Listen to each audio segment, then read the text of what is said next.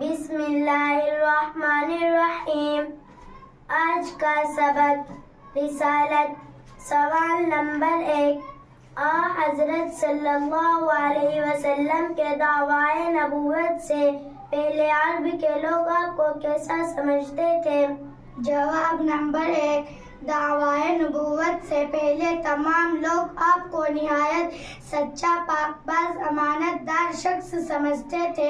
محمد صلی اللہ علیہ وسلم امین کہہ کر پکارتے تھے، جس کا مطلب یہ ہے کہ آپ ان کے نزدیک بہت ہی معتبر اور سچے آدمی تھے، اور تمام لوگ آپ کی بہت عزت اور توقیر کرتے تھے۔ سوال نمبر 2۔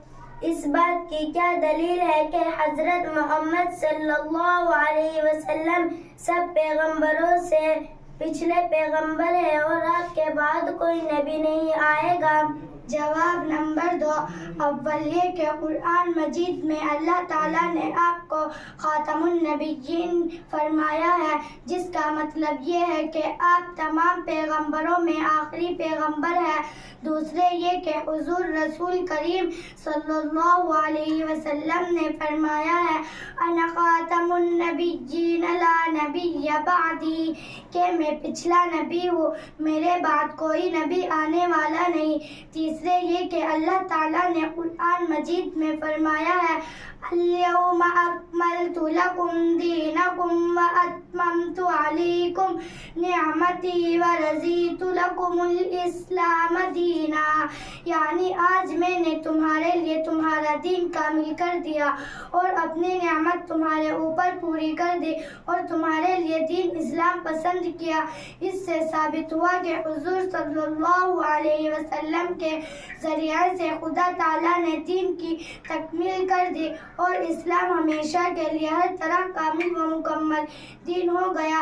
اس لیے حضور صلی اللہ علیہ وسلم کے بعد کسی پیغمبر کے آنے کی ضرورت ہی نہیں رہی۔ سوال نمبر 3۔ اس بات کی کیا دلیل ہے کہ حضرت رسول خدا صلی اللہ علیہ وسلم تمام پیغمبروں سے رتبے میں بڑے ہیں؟ جواب نمبر 3۔ حضور صلی اللہ علیہ وسلم کا تمام پیغمبروں سے افضل ہونا قرآن مجید کی کئی آیتوں سے ثابت ہوتا ہے، اور خود حضور صلی اللہ علیہ وسلم نے بھی فرمایا ہے، انا سید ولد آدم یوم القیامہ، کہ میں قیامت کے دن تمام اولاد آدم کا سردار ہوں گا۔ اور ظاہر ہے کہ اولاد آدم میں تمام پیغمبر علیہم السلام بھی داخل ہے، تو حضرت صلی اللہ علیہ وسلم تمام پیغمبروں سے افضل اور ان کے سردار ہو گئے۔